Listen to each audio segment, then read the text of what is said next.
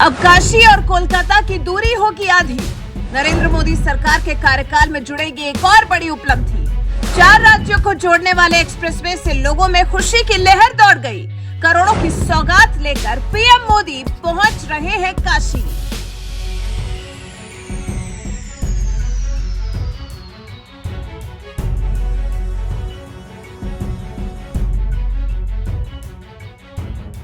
नरेंद्र मोदी के सत्ता में आने के बाद से देश में बहुत ही तेजी से सड़कों और एक्सप्रेसवेज का जाल बिछाया जा रहा है।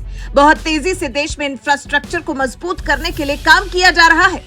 दिन रात एक कर मोदी सरकार एक जगह से दूसरी जगह पहुंचने के रास्ते को सुगम बनाने के लिए लगी हुई है।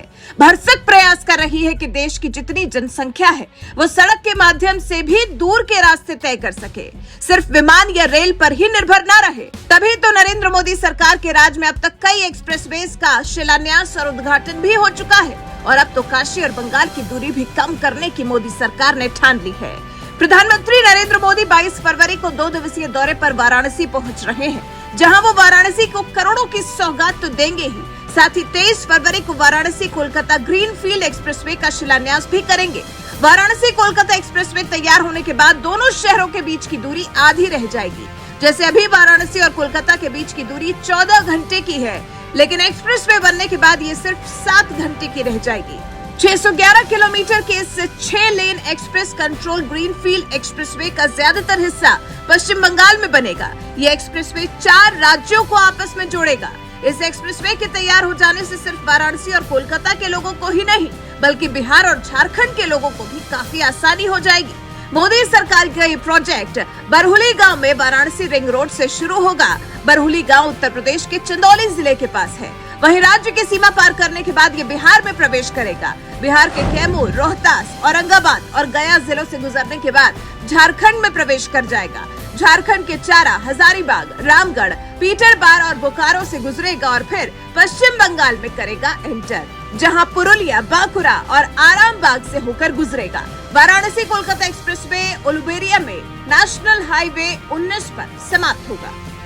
वाकई ये मोदी सरकार की एक बहुत बड़ी उपलब्धि साबित होगी। जब ये प्रोजेक्ट तैयार हो जाएगा तो वाकई 4 राज्यों के लोगों को बहुत ही ज्यादा आसानी हो जाएगी। पश्चिम बंगाल, यूपी, बिहार और झारखंड में समुद्री व्यापार के लिए कोलकाता और हल्दिया बंदरगाहों का इस्तेमाल होता है। एक्सप्रेसवे के बन जाने से माल की आवाजाही आसानी से और जल्दी हो सकेगी।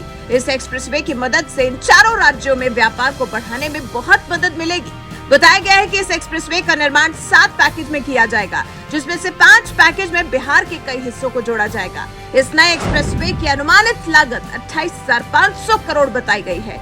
ये 611 किलोमीटर लंबाई के साथ ही 4 राज्यों को जोड़ने वाला एक बहुत ही बड़ा एक्सप्रेसवे साबित होने वाला है। इसे वाराणसी रांची कोलकाता एक्सप्रेसवे भी कहा जा सकता है। वैसे नरेंद्र मोदी सरकार के राज में अब जब इन 4 राज्यों की बल्ले बल्ले होने वाली है, कई राज्यों के कई शहरों की तो जैसे लॉटरी लगने वाली है। व्यापार करने में, काम करने में, एक जगह से दूसरी जगह जाने में आसानी होने वाली है। इस बारे में आपका क्या कुछ कहना है? आप इस वाराणसी रांची कोलकाता ग्रीनफील्ड एक्सप्रेसवे के बारे में क्या कुछ कहना चाहते हैं? कमेंट कर हमें जरूर बताएं।